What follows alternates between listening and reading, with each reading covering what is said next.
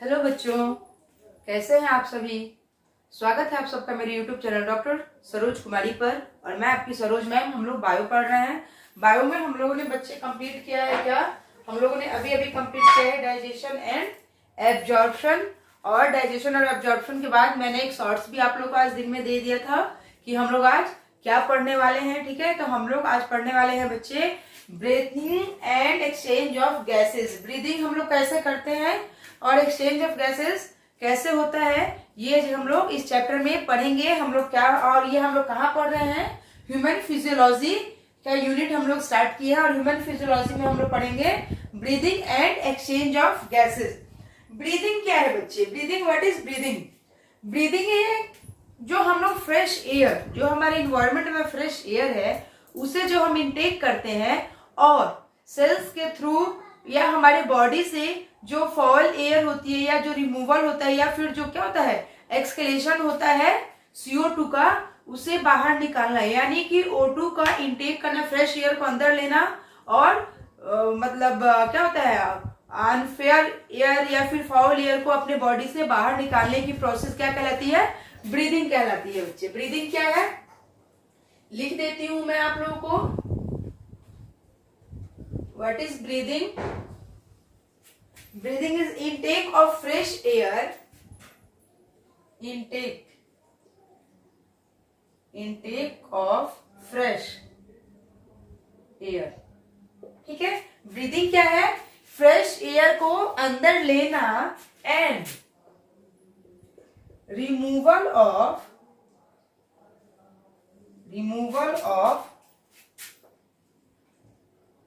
Fall air from the body। यानी कि fresh air को अपने अंदर लेना और फाउल एयर को शरीर से बाहर निकालने की जो प्रोसेस होती है उसे हम लोग ब्रीदिंग कहते हैं। एक होता है रिस्पायरेशन। रिस्पायरेशन क्या होता है बच्चे? Respiration is defined as, what is respiration?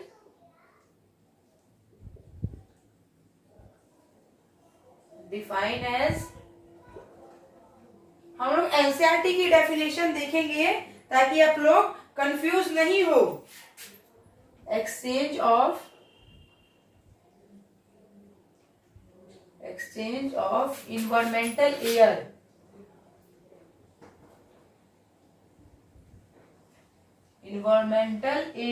हम लोग इन्वायरमेंट से जो एयर लेते हैं बच्चों, उसको एक्सचेंज करने की प्रोसेस किससे एक्सचेंज करते हैं? कार्बन डाइऑक्साइड से विद कार्बन डाइऑक्साइड। ठीक है, हम लोग जो फ्रेश एयर लेते हैं अपने इन्वायरमेंट से, उसे एक्सचेंज करते हैं कार्बन डाइऑक्साइड से। और वो कार्बन डाइऑक्साइड कौन प्रोड्यूस करता है? Produce in the cell during oxidation of food. Produced in the cell during oxidation of food।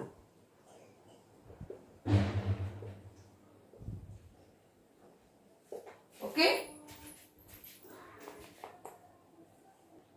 या बच्चों हम लोग सिंपल मीनिंग में समझे तो रिस्पायरेशन क्या है? What is respiration? Oxidation of food to produce energy। क्या है रिस्पायरेशन? क्या है? फूड का ऑक्सीडेशन, जिसके थ्रू क्या करते हैं हम लोग? एनर्जी प्रोड्यूस करते हैं। कैसे? जैसे कि हमारे बॉडी में जो हम लोगों ने भोजन से ग्लूकोज इनटेक किया, ग्लूकोज एब्जॉर्ब किया, उसे क्या करते हैं? और इन्वायरमेंट से हम लोगों ने जो O2 लिया, प्रोसेस देखिए, CO2 plus H2O plus energy. और वो एनर्जी किस फॉर्म में प्रोड्यूस होती है बच्चे? ATP के फॉर्म में वो एनर्जी प्रोड्यूस्ड होती है। ठीक है, तो ब्रीदिंग और रिस्पायरेशन में आप लोगों ने डिफरेंस देख लिया। बेसिक डिफरेंसेस क्या है, मतलब आप लोग को ये समझ में आ गई what is breathing and respiration. आगे देखते हैं टाइप्स ऑफ रिस्पायरेशन कैसी होती है। Types of respiration, what is types of respiration? Two types of respiration. एक होता है बच्चे aerobic respiration, aerobic, and second one is anaerobic, anaerobic, anaerobic. ठीक है, ये दो टाइप्स होते हैं रिस्पायरेशन की। एक एरोबिक रिस्पायरेशन होती है, एक एनएरोबिक रिस्पायरेशन होती है। एरोबिक रिस्पायरेशन क्या होती है? The oxygen is used, the oxygen is used to burn, the oxygen is used to burn या break down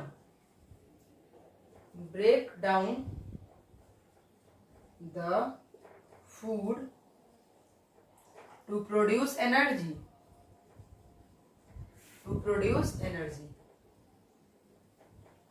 क्या होती है बच्चे एरोबिक रिस्पायरेशन?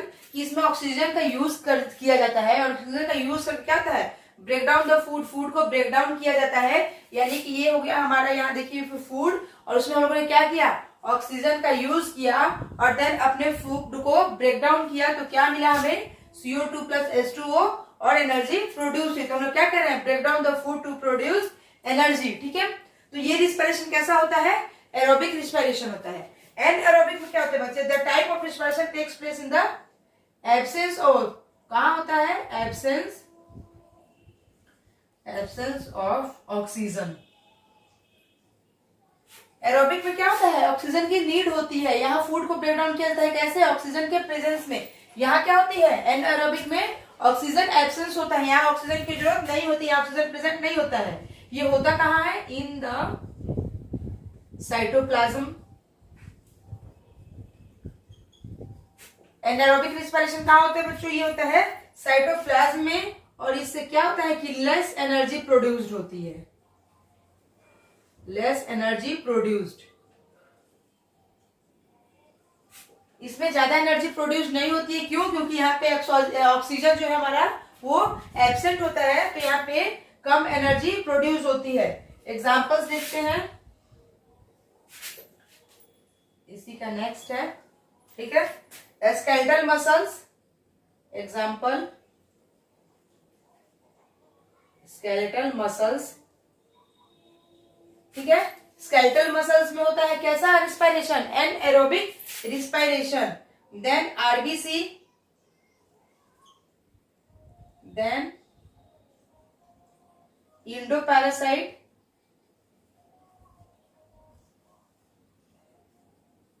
Then yeast. अब जबकि यहाँ पे क्या हो रहा है कि ऑक्सीजन की नीड नहीं है, यानी कि यहाँ पे ऑक्सीजन प्रेजेंट नहीं होता है, ये रिस्पायरेशन जो होता है ऑक्सीजन के एब्सेंस में होता है। तो जबकि जो कि ऑक्सीजन अगर नहीं होता है तो यहाँ पे क्या होता है? कुछ तो सब्सटेंस, कोई ऑर्गेनिक मैटर्स कुछ तो यहाँ होता होगा ना, जिसके थ्रू क्या होता होगा कि ये जो ऑर्गेनिज्म है, ये जो पार्ट्स है वो क्या करते हैं? एनारोबिक रिस्पायरेशन करते हैं। तो स्केलेटल मसल्स में होता है बच्चों लैक्टिक एसिड। इसमें क्या होता है? Lactic acid. ये लैक्टिक एसिड के प्रेजेंस में रिस्पायरेशन करता है। आरबीसी में क्या होता है बच्चों? अल्कोहल होता है, अल्कोहल। देन इंडोपैरासाइट में भी अल्कोहल, एंड देन ईस्ट में भी क्या होता है? अल्कोहल। तो ये थी हमारी एरोबिक एंड एनएरोबिक रिस्पायरेशन। अब एक होती है हमारी ये एरोबिक और एनारोबिक, अच्छे से समझ में आ गया, इसमें कोई प्रॉब्लम? अब होता है एक टाइप्स होता है डायरेक्ट और इनडायरेक्ट। एक रिस्पायरेशन होता है जो कि डायरेक्ट होता है, और एक होता है कि इनडायरेक्ट होता है। तो आगे बढ़ते हैं, देखते हैं कैसे होता है। टाइप्स ऑफ रिस्पायरेशन,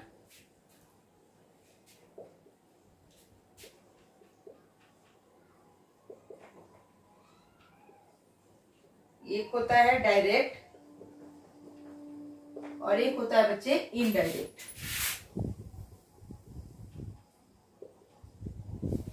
अभी हम लोगों ने क्या देखा? वो डायरेक्ट रिस्पायरेशन क्या होता है बच्चे? There is there is direct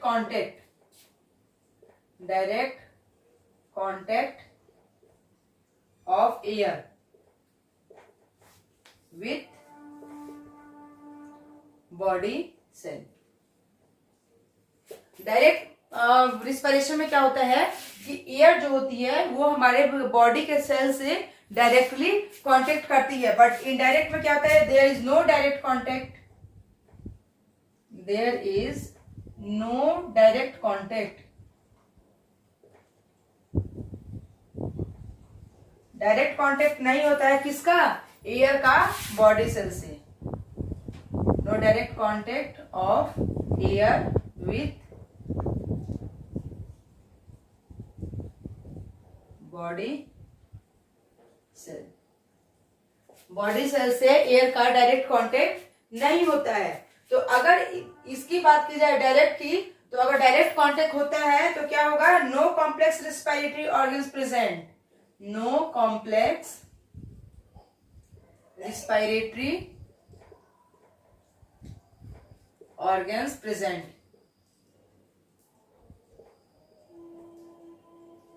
कोई भी कॉम्प्लेक्स रिस्पिरेटरी ऑर्गन प्रेजेंट नहीं होता है, और ये कहाँ होता है, लोअर ऑर्गेनिज्म में। ठीक है, ये कहाँ होता है, लोअर मल्टी सेलुलर ऑर्गेनिज्म में होता है। कौन सा, direct lower multi cellular organism.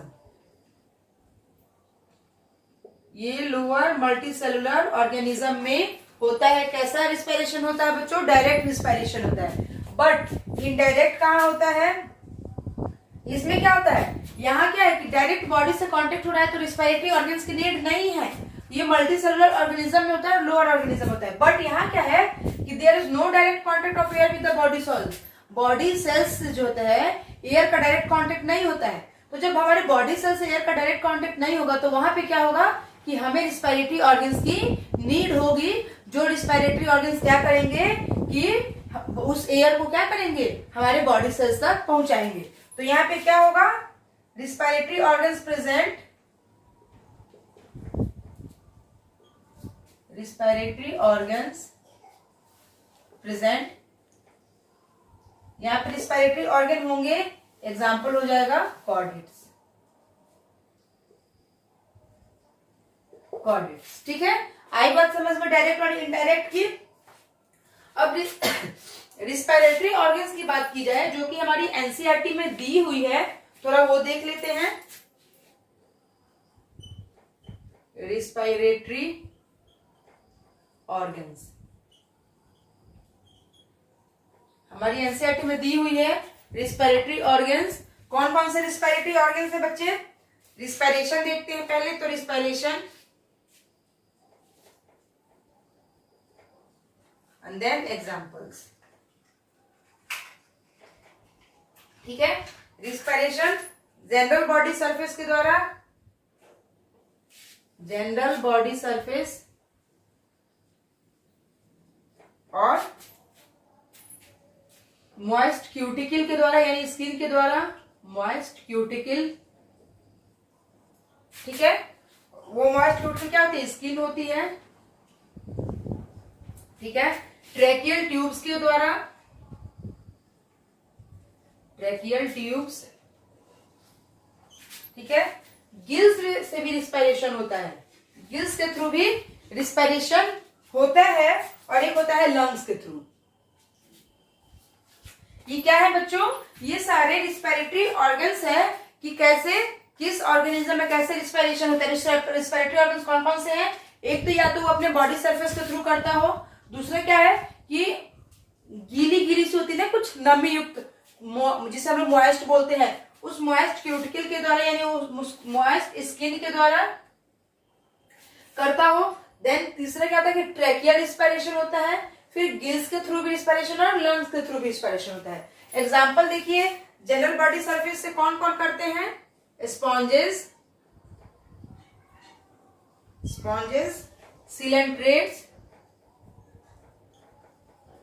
Coelenterates और फ्लैट वर्म्स। ये कैसे ऑर्गेनिज्म है बच्चों, ये ऑर्गेनिज्म है कि ये रिस्पायरेशन करते हैं कैसे, जनरल बॉडी सरफेस के थ्रू, ठीक है। अब मॉइस्ट क्यूटिकल की बात करें तो मॉइस्ट क्यूटिकल से कौन करता है, अर्थवॉर्म करता है हमारा, अर्थवॉर्म। अर्थवॉर्म देखा है कभी आपने, और फ्रॉग्स। अर्थवॉर्म देखा है कभी आपने, अर्थवॉर्म की स्किन कैसी होती है, गीली गीली होती है ना, कुछ चिपचिपी, लगता है कि म्यूकस है उसके बॉडी के ऊपर, ठीक है। और फ्रॉग को होता है, फ्रॉग को कभी टच किया है, उसकी भी जब स्किन को टच कीजिएगा ना तो वो भी कुछ चिपचिपा सा दिखता है ना, टच करने में भी। तो क्या होता है, वो मॉइस्ट क्यूटिकल होता है, तो इसके थ्रू कौन करते हैं, अर्थवॉर्म और फ्रॉग रिस्पायरेशन करते हैं। देन ट्रेकियल, ट्रेकियल ट्यूब्स के द्वारा इंसेक्ट्स करते हैं, ठीक है। इंसेक्ट्स जो है कैसे करते हैं, ट्रेकियल ट्यूब्स के द्वारा रिस्पायरेशन करते हैं। बात करते हैं गिल्स की, तो गिल्स कौन करेगा, aquatic, aquatic arthropods,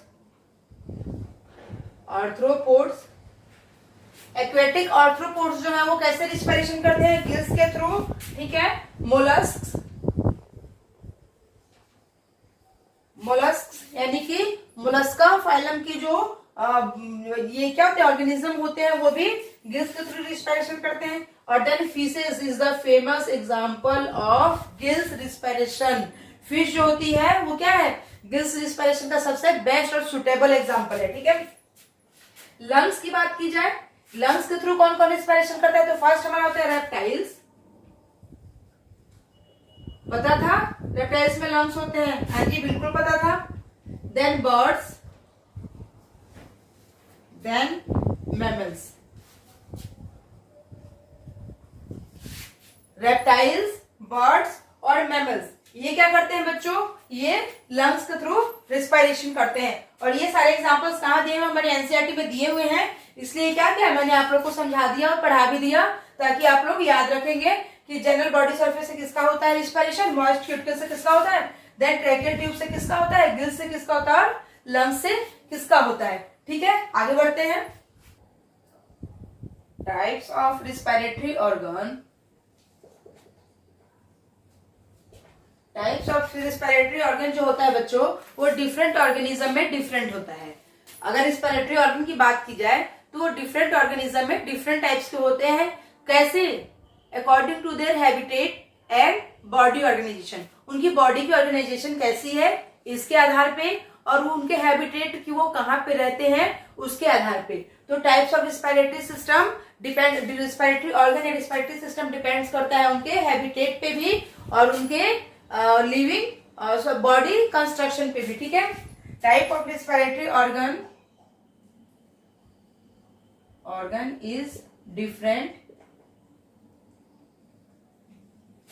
different in organisms. Organisms में क्या होते हैं, डिफरेंट डिफरेंट होते हैं, किसके आधार पे, according to their habitat. Habitat क्या होता है बच्चों, what is habitat, where the organism lives, जहां पे ऑर्गेनिज्म रह रहा है, ठीक है, सर्वाइव कर रहा है, उसे कहते हैं habitat. And level of organisation, हम लोगों ने, याद है आपको, जब हम लोगों ने एनिमल किंगडम पढ़ा था तो वहां पे एक टर्म आता था लेवल ऑफ ऑर्गेनाइजेशन। यानी कि लेवल ऑफ ऑर्गेनाइजेशन क्या था बच्चे, कि वो ऑर्गेनिज्म कैसा है, डिप्लोब्लास्टिक है, ट्रिप्लोब्लास्टिक है, क्या है, ठीक है। तो लेवल ऑफ ऑर्गेनाइजेशन क्या होता है कि उनके बॉडी की कॉम्प्लेक्सिटी कैसी है, उनके बॉडी का जो स्ट्रक्चर है वो कैसा है, ठीक है। ह्यूमन रिस्पायरेटरी सिस्टम हम लोग पढ़ रहे हैं। ह्यूमन रिस्पायरेटरी सिस्टम जो होता है बना होता है the human respiratory system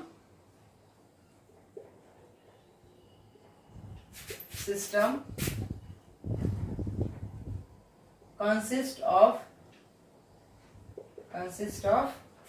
respiratory passages,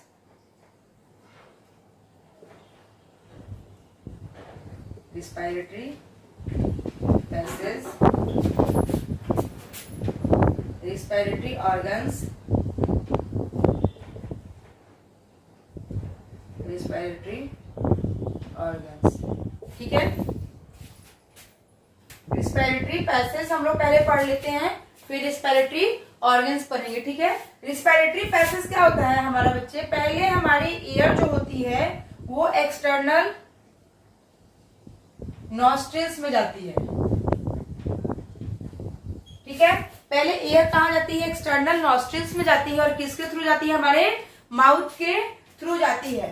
then air यहां से कहाँ आती है, नेजल कैविटी में, नेजल कैविटी, ठीक है। एयर कहाँ चली आती है, नेजल कैविटी में आती है। और नेजल कैविटी में क्या होता है,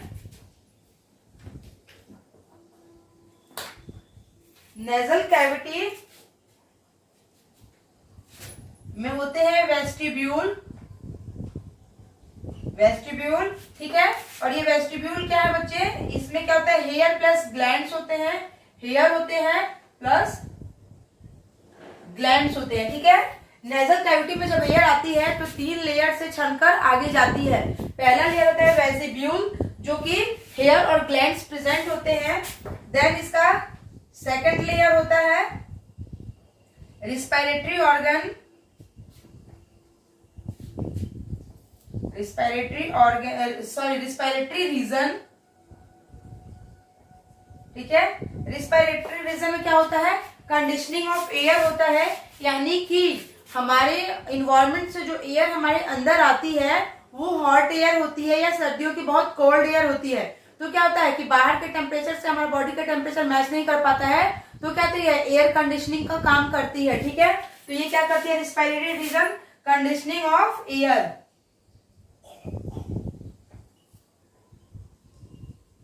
कंडीशनिंग ऑफ एयर, एयर का कंडीशनिंग करती है, ठीक है। और देन थर्ड क्या होता है, olfactory region, olfactory region, olfactory region में क्या होता है बच्चे, स्मेल होता है, स्मेल का काम करता है ऑल्फैक्टरी रीजन, ठीक है। तो एयर कहाँ आ गई, एयर हमारे एक्सटर्नल नॉस्ट्रिल्स में पहले आई, देन एक्सटर्नल नॉस्ट्रिल से हमारे नेजल कैविटी में आ गई, फिर नेजल कैविटी से एयर आगे बढ़ती है और कहाँ चली जाती है, इंटरनल नेयर्स में, इंटरनल नेयर्स, इंटरनल नेयर्स में आगे चली जाती है। ये सारे स्टेप्स हम लोग पढ़ेंगे फर्दर आगे जाकर, लेकिन अभी हम लोग क्या कर रहे हैं, एक फ्लो चार्ट देख रहे हैं कि एयर का फ्लो कैसे होता है, ठीक है।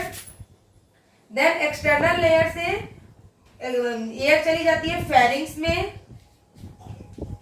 ठीक है, फेरिंग्स में जाती है। फेरिंग्स में क्या होता है बच्चे, फेरिंग्स में भी 3 लेयर होती है। पहले एयर कहाँ जाती है, नेजोफेरिंग्स में, नेजोफेरिंग्स में, देन एयर चली जाती है ऑरोफेरिंग्स में, देन थर्ड वन इज लैरिंजोफेरिंग्स में, लैरिंजोफेरिंग्स में, ठीक है। देन फेरिंग्स से एयर चली आती है कहाँ, फेरिंग्स क्या है, फूड और एयर दोनों का कॉमन पैसेज है। फूड और एयर दोनों जो होती है किससे जाती है, हमारे फेरिंग्स से हमारे बॉडी में जाती है, ठीक है। देन फेरिंग्स के बाद चली आती है कहाँ, लैरिंग्स, लैरिंग्स में, ठीक है। लैरिंग्स क्या होता है हमारा, लैरिंग्स किसे कहते हैं, हमारा जो वॉइस बॉक्स होता है ना, जो साउंड प्रोड्यूस करता है उसे ही लैरिंग्स कहते हैं। वो किस चीज का बना होता है, कार्टिलेज का बना होता है, ठीक है। लैरिंग्स में होते हैं क्या, वोकल कॉर्ड्स जो साउंड प्रोड्यूस करते हैं, लैरिंग्स में होते हैं वोकल कॉर्ड्स जो साउंड प्रोड्यूस करते हैं। और ये वोकल कॉर्ड्स कितने टाइप्स के होते हैं, ये वोकल कॉर्ड्स होते हैं 2 टाइप के, एक फॉल्स होते हैं और एक ट्रू होते हैं। अब फॉल्स है तो उसका तो कोई काम हो ना हो, लेकिन जो ट्रू है वो तो कुछ ना कुछ करता ही होगा। और जो ट्रू है ये क्या करता है, responsible for sound production, responsible for sound production, ये साउंड प्रोडक्शन के लिए रिस्पॉन्सिबल होता है, ठीक है। एयर कहाँ चली आई, हमारे लैरिंग्स में, लैरिंग्स के बाद कहाँ चली आती है एयर, हमारे ट्रैकिया और विंड पाइप से होते हुए आगे बढ़ती है। तो अभी हम लोग लैरिंग्स तक देख रहे हैं। लैरिंग्स जो होता है वो बना होता है किसका, कार्टिलेज का बना होता है। और कार्टिलेज कौन कौन से होते हैं, 3 अनपेयर्ड कार्टिलेज होते हैं और 6 पेयर्ड कार्टिलेज होते हैं, जो कि हम लोग जब लैरिंग्स पढ़ेंगे वहां पे पढ़ेंगे। मैं यहाँ तब तक आप लोगों को थोड़ा सा बता देती हूँ, ठीक है। ये लैरिंग्स जो होते हैं कार्टिलेज के बने होते हैं। एपिग्लॉटिस, थायराइड और क्राइकोइड, ये 3 लैरिंग्स के ये 3 पार्ट होते हैं जो क्या होते हैं, ये अनपेयर्ड होते हैं। ये नंबर में कितने होते हैं, 3 होते हैं। और पेयर्ड भी होते हैं जो क्या होते हैं, एरिटिनॉइड,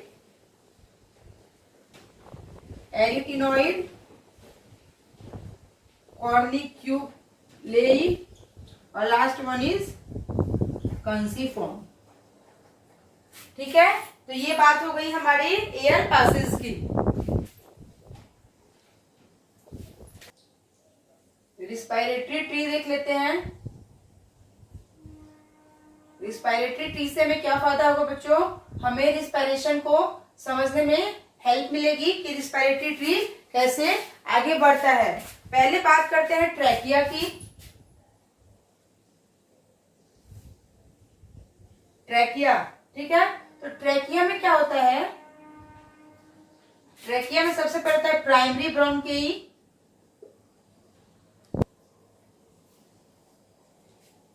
ब्रोंकेई, देन उसको बोलते हैं सेकेंडरी ब्रोंकेई, टर्शियरी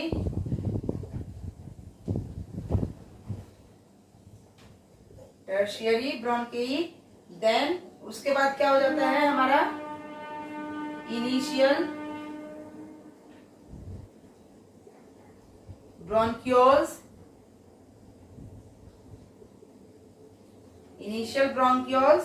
देन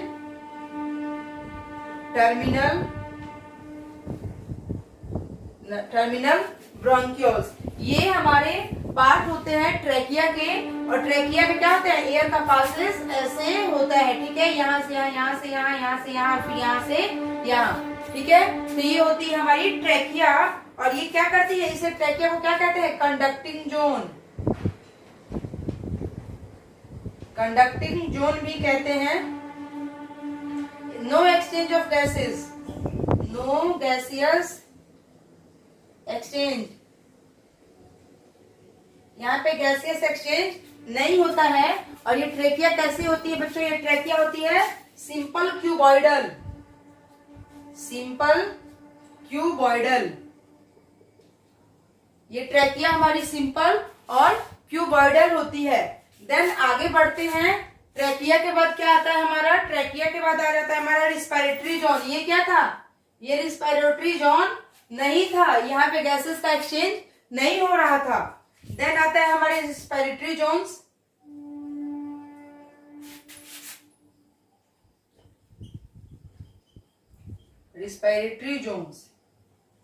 जहां पे क्या होता है, रिस्पायरेशन होती है, ठीक है। और यहाँ पे गैसेस का एक्सचेंज होता है, ठीक है। गैसियस एक्सचेंज अकर, ठीक है। यहाँ पे गैसियस एक्सचेंज होता है बच्चों। और ये कैसे टिश्यू है पहले देख लेते हैं कि यहाँ पे क्या क्या होता है। देन जब एयर कहाँ चली आई, टर्मिनल ब्रोंक्यूल्स में, तो टर्मिनल ब्रोंक्यूल्स में चली आती है रिस्पायरेटरी ब्रोंक्यूल्स में, रिस्पायरेटरी ब्रोंक्यूल्स से चली आती है एयर एल्वियोलर डक्ट्स में, ठीक है। देन एयर यहां से चली आती है एल्वियोलर सैक में, एल्वियोलर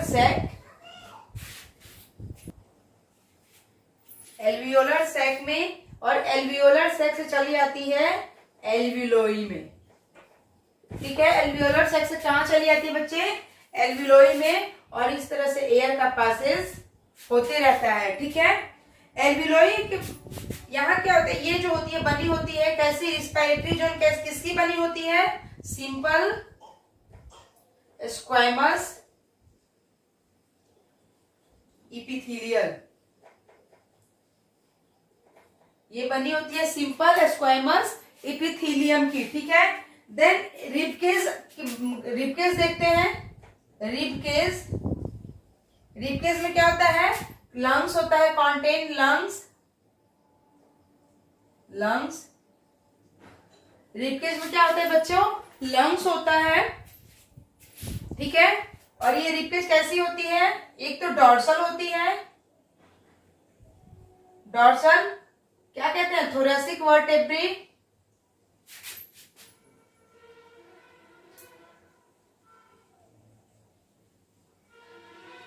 थोरेसिक वर्टेब्री, ठीक है। देन वेंट्रल होती है, स्टर्नम, स्टर्नम। देन लेटरल होती है, जिसमें रिब्स होते हैं, ठीक है। तो ये तो थी हमारी रिब केस की, रिब केस तक की बात। तो ये हमारा रिस्पिरेटरी ट्री है कि रिस्पिरेटरी ट्री हमारा कैसे वर्क करता है, यानी रिस्पिरेशन का जो ट्री है वो कैसे आगे बढ़ता है, ठीक है। देन एल्विलोई देखते हैं। एल्विलोई क्या है, एयर कहाँ चली आई है, लास्ट में एयर आ गई है एल्विलोई में, ठीक है। तो एल्विलोई को समझते हैं। एल्विलोई क्या है, व्हाट इज एल्विलोई।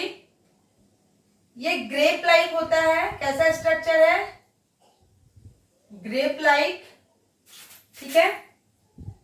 300 मिलियन एल्विलोई लगभग हमारी बॉडी में होते हैं, 300 मिलियन, ठीक है। हमारे बॉडी में कितने एल्विलोई होते हैं, 300 मिलियन नियर अबाउट। और मेन साइट ऑफ क्या है, main site, main site of gaseous exchange, gaseous exchange का मेन साइट है क्या, एल्विलोई। हाईली वेस्कुलर होते हैं, हाईली वेस्कुलर होते हैं, कौन, हमारी एल्विलोई, ठीक है।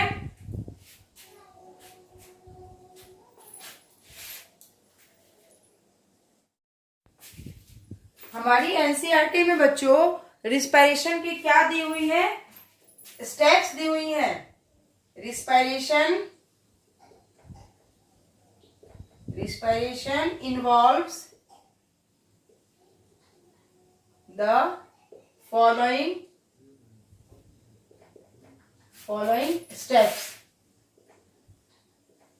रिस्पायरेशन क्या करती है बच्चे, ये फॉलोइंग स्टेप्स को फॉलो करती है। वो फॉलोइंग स्टेप्स कौन कौन से हैं, ब्रीदिंग, ब्रीदिंग और pulmonary ventilation, by which atmospheric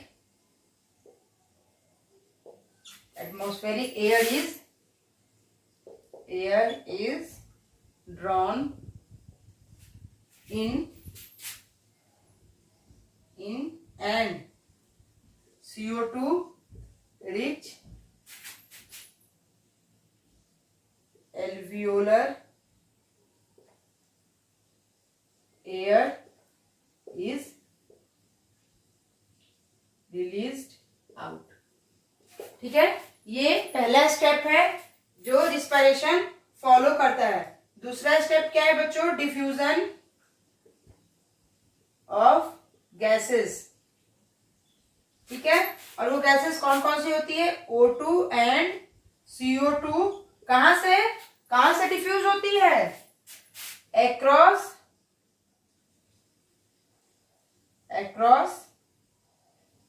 alveolar membrane. कहां से जाती है, एल्वियोलर मेम्ब्रेन से। Now third step is transport of gases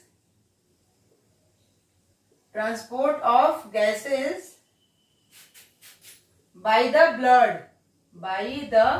blood. Gases का ट्रांसपोर्ट होता है किसके थ्रू, ब्लड के through. Then diffusion of O2 and CO2, diffusion of O2 and CO2 between blood and tissues. Blood and tissues, blood और tissues के बीच में क्या होता है, O2 और CO2 का डिफ्यूजन होता है. Then fifth and last step is utilisation of O2 by the sales.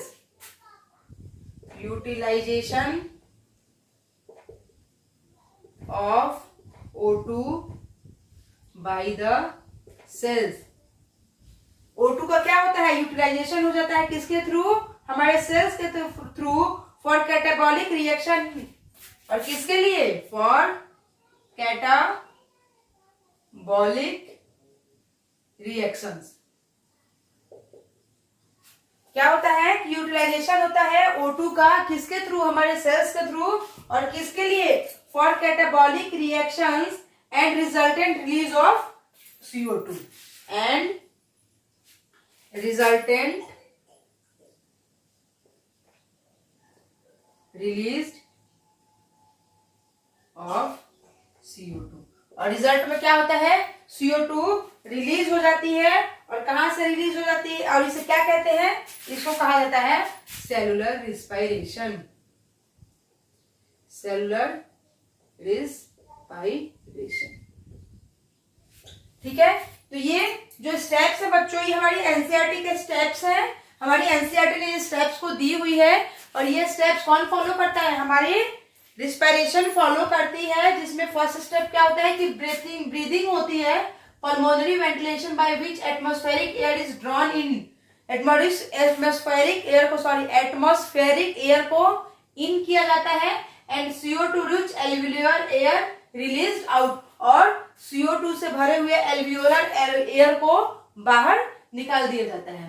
Then diffusion of gases, वो गैस कौन सी होती है, O2 एंड CO2 का डिफ्यूजन होता है कहां से, across alveolar membrane. Then third step होता है कि ट्रांसपोर्ट ऑफ गैसेस का ट्रांसपोर्ट होने लगता है कहां, ब्लड में. And fourth diffusion of O2 and CO2 between the blood and the tissue. Blood और टिश्यू के बीच क्या होता है, O2 और CO2 का डिफ्यूजन होने लगता है. ठीक है. Then last step is utilisation of O2 का यूटिलाइजेशन किया जाता है बाय द सेल्स, किसके थ्रू, सेल्स के through, for catabolic reactions. Body में जितने भी कैटाबॉलिक रिएक्शंस होते हैं उसके लिए. एंड रिजल्टेंट, और उसके रिजल्टेंट में उसके फलस्वरूप क्या होता है, रिलीज ऑफ CO2. हमारे बॉडी से CO2 बाहर निकल जाती है. और इस प्रोसेस को क्या कहते हैं, सेलुलर रिस्पायरेशन. क्योंकि ये कहाँ हो रहे हैं, सेल्स में हो रहे हैं. तो यहां तक बात आई सबको समझ में, किसी को कोई प्रॉब्लम. हम लोगों ने आज क्या पढ़ा बच्चों, हम लोगों ने आज breathing and exchange of gases का ह्यूमन रिस्पायरेटरी सिस्टम समझा. अब इसका मैकेनिज्म हम कल के वीडियो में पढ़ेंगे. तब तक के लिए मिलते हैं कल. आप इस वीडियो को देखिए और अच्छे से समझिए. कल मिलते हैं इसके नेक्स्ट पार्ट के साथ. तब तक के लिए थैंक यू सो मच.